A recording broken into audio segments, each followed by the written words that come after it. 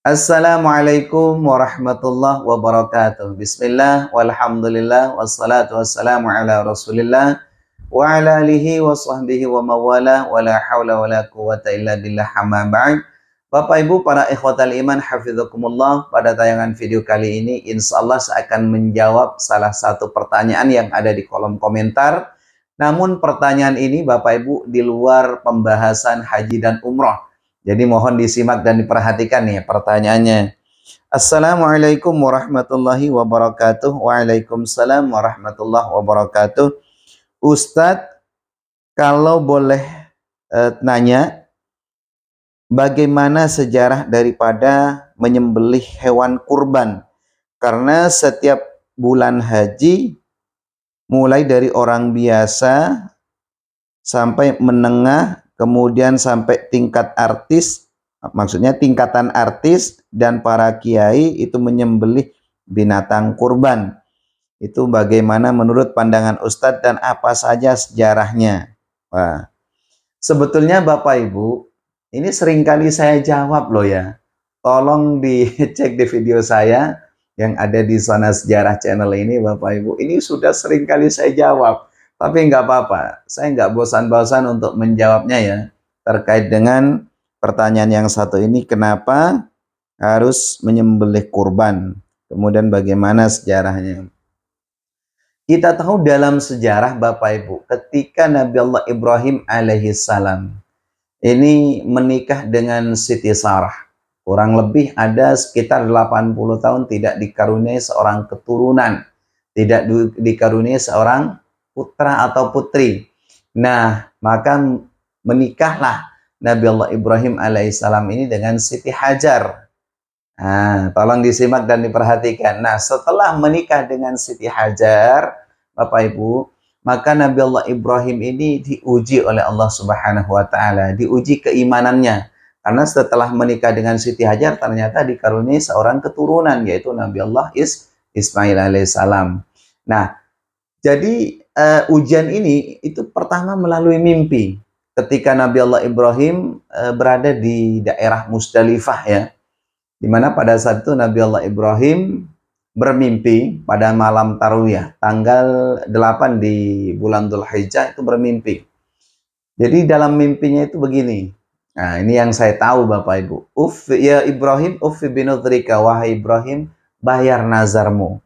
Nah, jadi Allah itu dalam mimpi itu mengatakan kepada Nabi Allah Ibrahim untuk bayar nazar.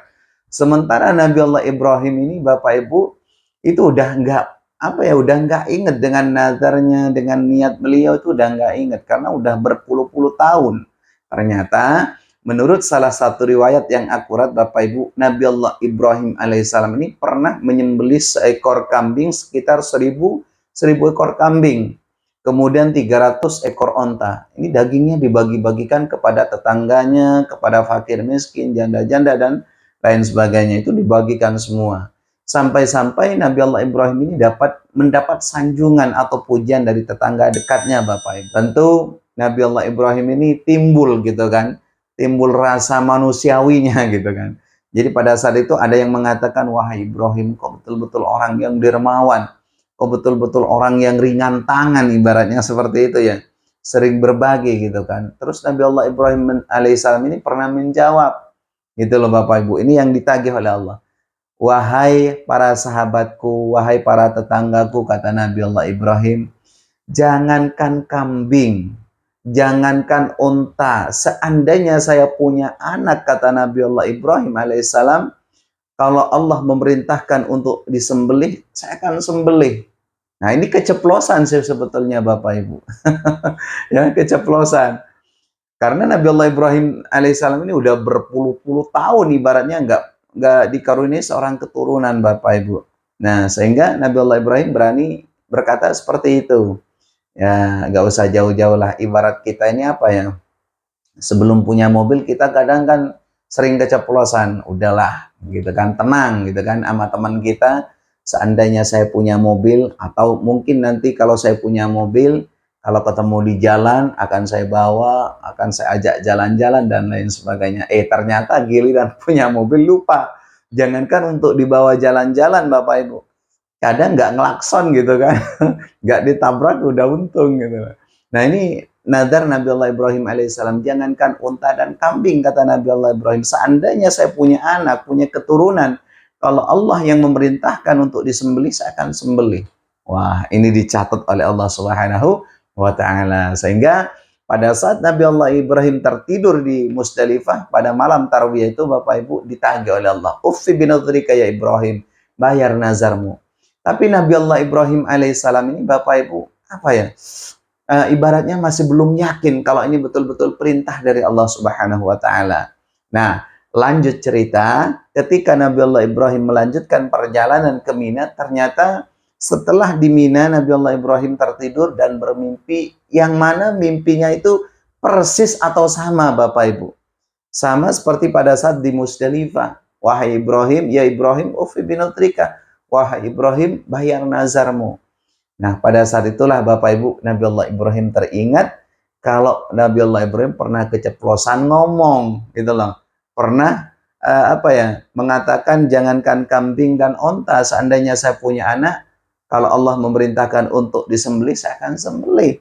Gitu loh. Akhirnya apa? Nabi Allah Ibrahim pulang ke rumahnya, kemudian Nabi Allah Ibrahim ini nggak banyak komentar, Bapak Ibu, ya, kepada Siti Hajar. Hajar, dandani anakmu Ismail. Kemudian pada masa itu Bapak Ibu, Nabi Allah Ismail alaihissalam ini didandani, disisir dan diberikan wangi-wangian. Kemudian Nabi Allah Ismail alaihissalam diajak ke satu tempat yang ada di Mina. Nah, ini sejarahnya seperti itu kira-kira ya. Nah, Nabi Allah Ismail alaihissalam ini Bapak Ibu belum paham, ya. Saya mau diajak kemana oleh ayahku, kata Nabi Allah Ismail. Tapi dia manut. Karena Nabi Allah Ismail alaihissalam ini bukan hanya sekedar pintar, tapi soleh. Nah, sesampainya di Mina, Nabi Allah Ibrahim ini baru ngomong kepada putranya. Apa kata Nabi Allah Ibrahim? Qala ya bunayya inni ara fil manani anni adbahuka fanzur madza tara. Kalau diterjemahkan bahasanya, wahai anakku, qala ya bunayya inni ara fil manami, sesungguhnya aku melihat dalam mimpiku, ya kan, anni adbahukah fandur madza tara, aku melihat dalam mimpiku itu sedang menyembelihmu. Lalu bagaimana? Fandur madza tara, lalu bagaimana menurut pendapatmu, wahai anakku? Nah, disinilah jawaban Nabi Allah Ismail alaihissalam yang sangat cerdas, Bapak Ibu. Sehingga seperti yang saya sampaikan tadi di awal, bukan hanya anak yang pintar, tapi anak yang soleh, gitu kan. Seandainya Nabi Allah Ismail alaihissalam hanya sekedar pintar, nggak soleh, mungkin dia bisa ngomong, wahai ayahku, jangan saya yang disembelih, mendingan ayah yang lebih banyak dagingnya, gitu kan, yang lebih tua, mungkin lebih enak dagingnya, ibaratnya seperti itu. Tapi dikarenakan ini anak yang soleh, jawaban Nabi Allah Ismail alaihissalam apa, Bapak Ibu sekalian? Ya abatif alma tu'mar satajiduni insyaallah minas sabirin. Wahai ayahku, kalau bahasa kita gitu kan, wahai ayahku, kalau ini betul-betul perintah dari Allah, laksanakan wahai ayahku. Semoga kita termasuk orang-orang Allahu Akbar. Ini jawaban daripada Nabi Allah Ismail alaihissalam. Akhirnya apa, Bapak Ibu? Nabi Allah Ismail alaihissalam dibaringkan di satu tempat, di situ ada batu yang ada di Mina, Bapak Ibu. Kemudian Nabi Allah Ismail ini tangannya dikebelakangkan, kemudian diikat, karena pada saat itu Nabi Allah Ibrahim sudah siap dengan dengan pedang terhunus, ya, yang sangat tajam seperti itu, kemudian tali seperti itu. Setelah diikat tangannya, Bapak Ibu, kemudian dibaringkan, pedang yang begitu tajam itu, Bapak Ibu, itu diletakkan di leher Nabi Allah Ismail alaihissalam. Namun anehnya, Bapak Ibu, ketika pedang itu diletakkan di leher Nabi Allah Ismail alaihissalam, apa yang terjadi? Ketika ditekan, Bismillahirrahmanirrahim, ternyata tumpul. Nah, pada saat itulah Bapak Ibu sekalian, Nabi Allah Ibrahim alaihissalam ini digoda oleh iblis, gitu kan? Jadi digoda oleh iblis karena berulang kali ditekan itu pedang, nggak pernah mempan, Bapak Ibu. Artinya seakan-akan tumpul. Jadi pada saat itu Iblis sibuk tuh luar biasa. Pertama datang ke ibunda Nabi Allah Ismail, yaitu Siti Hajar. Hajar, kalau bahasa kita, kok kamu tenang-tenang aja duduk manis seperti itu? Apa kamu nggak tahu Ismail sekarang dibawa ke Mina untuk disembelih? Kemudian ibunda Nabi Allah Ismail menjawab, mana mungkin iblis, kata ibunda Ismail, yaitu kata Siti Hajar, sekejam-kejamnya orang tua nggak bakalan tega membunuh anaknya sendiri. Itu kata Siti Hajar. Nah, ini perintah dari Allah katanya Hajar. Nah, lalu pada saat itu, oh kalau itu perintah dari Allah, jangankan anak saya Ismail, saya sendiri mau disembelih dong. Kalau bahasa kita kira-kira seperti itu. Waduh, ini iblis bingung. Gak mempan nih ngebujuk rayu si Siti Hajar. Akhirnya apa? Nah, iblis ini pergi ke Mina membujuk Nabi Allah Ibrahim alaihissalam. Ibrahim, apa kamu tidak sayang sama putramu? Kalau bahasa kita, ini putramu, kamu udah berpuluh-puluh tahun menikah, nggak dikaruniai seorang keturunan, giliran dikasih anak kamu mau sembelih. Kamu gila ya Ibrahim? Apalah daya, kata Nabi Allah Ibrahim. Ini perintah dari Allah Subhanahu wa Ta'ala. Nggak mempan. Akhirnya Nabi Allah Ismail, padahal itu sedang diikat gitu kan. Ismail, kamu bodoh, goblok, ibaratnya seperti itu. Kamu mau disembelih. Akhirnya Nabi Allah Ismail, menurut riwayat Bapak Ibu, minta dibukakan tali yang tadi sudah diikat, kemudian mengambil kerikil kecil dan dilontar atau disambit Bapak Ibu. Ya, disambit. Jadi disambit, idhab ya la'in. Jadi pergi kamu laknat terkutuk, kata Nabi Allah Ismail alaihissalam. Akhirnya iblis ibaratnya nggak berhasil Bapak Ibu. Nah, kejadian itulah Bapak Ibu yang dimuliakan oleh Allah Subhanahu wa Ta'ala, yang sampai saat ini masih dijadikan serangkaian kewajiban haji, yaitu melontar jumrah, yaitu jumratul ula, wusta, dan aqabah. Itu sebagai simbol permusuhan abadi antara manusia dan iblis. Nah, oke, paham ya sampai di sini? Kemudian diikat lagi tangannya Nabi Allah Ismail, kemudian dibaringkan, dan ketika ditekan lagi pedang yang sangat tajam ke leher Nabi Allah Ismail, tetap pedang tumpul Bapak Ibu. Akhirnya Nabi Allah Ibrahim ini, kalau bahasa kita tuh gregetan gitu kan, ada sedikit ranting pohon ditebas oleh Nabi Allah Ibrahim, sekali tebas ternyata patah. Dari saking tajamnya itu pedang Bapak Ibu. Tapi ketika ditekan lagi ke leher Nabi Allah Ismail alaihissalam, tetap pedang seakan-akan tumpul. Kemudian Nabi Allah Ibrahim alaihissalam mengatakan kepada pedang, kata Nabi Allah Ibrahim, wahai pedang, kenapa engkau tidak mampu memotong leher putraku Ismail, padahal engkau sudah saya asah sedemikian tajamnya. Maka dengan izin Allah Bapak Ibu sekalian, pedang itu menjawab, ya Ibrahim, anta amarani wallahu yamna'uni hal ata'tuka wa asaitu rabbi. Wahai Ibrahim, engkau memang memerintahkan saya untuk menyembelih putramu Ismail, tapi Allah melarang saya. Saya tidak akan tunduk patuh kepada perintahmu kalau saya harus melanggar larangan Allah. Pedang saja bisa menjawab loh Bapak Ibu. Jadi kalau untuk bermaksiat kepada Allah Subhanahu wa Ta'ala, pedang ini nggak mau, gitu loh. Apalagi kita. Makanya ini mengandung pelajaran penting. Siapapun yang menyuruh kita untuk bermaksiat kepada Allah, jangankan orang lain, hatta walau itu ibu kita, orang tua kita, ibaratnya bapak kita, untuk bermaksiat kepada Allah. Nak, kamu berangkat nyuri, nak, kamu berangkat ngerampok misalnya, jangan mau. La ta'ata li makhluqin li maksiatil khaliq. Jangan kamu tunduk patuh kepada siapapun kalau itu harus bermaksiat kepada Allah. Ini mengandung pelajaran penting. Jadi pedang aja nggak mau. Ya, disuruh Nabi Allah Ibrahim alaihissalam untuk memotong leher putranya Ismail. Karena harus bermaksiat kepada Allah. Allah melarang. Nah, ibaratnya seperti itu.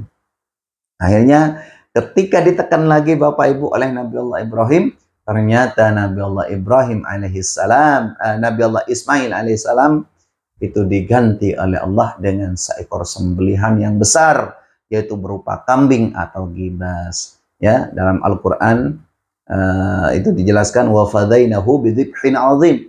Jadi diganti dengan seekor sembelihan atau gibas. Nah, disinilah ya jawaban saya Bapak Ibu, kenapa orang yang ikhlas beramal seperti Nabi Allah Ibrahim alaihi salam, ya, yang mau mengorbankan segala sesuatu yang dia miliki demi kecintaannya kepada Allah, maka Nabi Allah Ibrahim alaihissalam mendapat gelar dari Allah Ibrahim Khalilullah, yaitu kekasih Allah. Jadi kalau Bapak Ibu wabil khusus yang bertanya, kalau pengen dicintai oleh Allah, pengen menjadi kekasih Allah, ya amalkan amalan Nabi Allah Ibrahim alaihissalam, yaitu menyembelih seekor hewan seperti sapi. Kalau di Indonesia kan sapi ya, kalau di Arab Saudi itu ada kambing, ada sapi, dan ada unta. Di sini jarang si unta ya.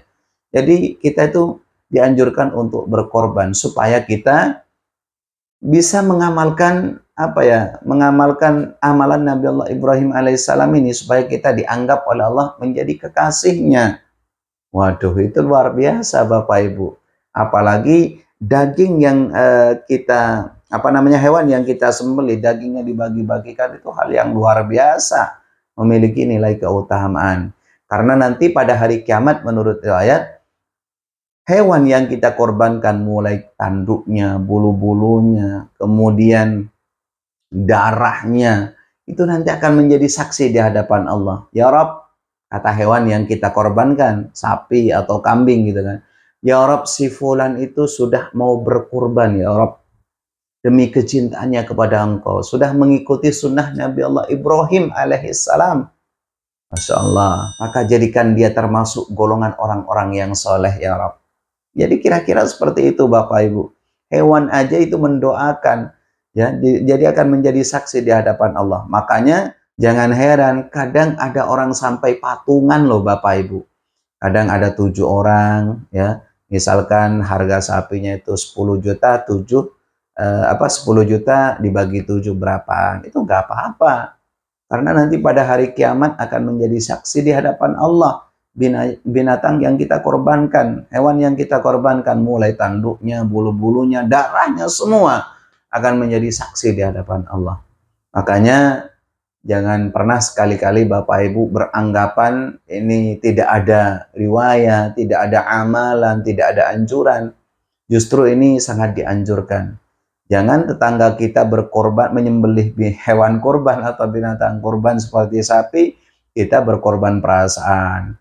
Kita nunggu-nunggu dan hanya menunggu kuponnya gitu. Kalau bisa berkorbanlah Bapak Ibu. Dan alhamdulillah, setelah saya teliti, setelah saya perhatikan Bapak Ibu, ternyata masih banyak yang mengamalkan sunnah Nabi Allah Ibrahim alaihi salam ini.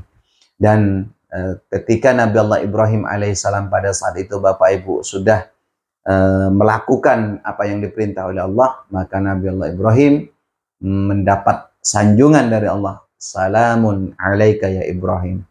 Kesejahteraan, keselamatan bagimu wahai Ibrahim. Masya Allah. Sehingga selalu saya mendoakan buat para penonton setia, para subscriber, wabil khusus yang bertanya di kolom komentar, mudah-mudahan diberi kemampuan di tahun-tahun yang akan datang. Kalau misalnya di bulan haji ini kita belum mampu, mudah-mudahan di bulan haji yang akan datang atau di tahun-tahun selanjutnya, mudah-mudahan rezekinya ditambah oleh Allah, dan mudah-mudahan diberikan keleluasaan rizki oleh Allah Subhanahu wa taala. Artinya rizkinya semoga diberikan kelancaran, usahanya diberikan kelancaran, bisnisnya diberikan kelancaran, sehingga bisa menyembelih hewan kurban dan bisa mengikuti sunnah Nabi Allah Ibrahim alaihissalam, sehingga mendapat sanjungan dari Allah seperti Nabi Allah Ibrahim. Salamun alaika ya Ibrahim. Kesejahteraan, keselamatan untuk wahai Ibrahim. Jadi ini saja mungkin jawaban dari saya Bapak Ibu terkait dengan pertanyaan masalah kurban. Kurang lebihnya mohon maaf yang sebesar-besarnya. Ihdinas siratal mustaqim wal afu minkum. Assalamualaikum warahmatullahi wabarakatuh.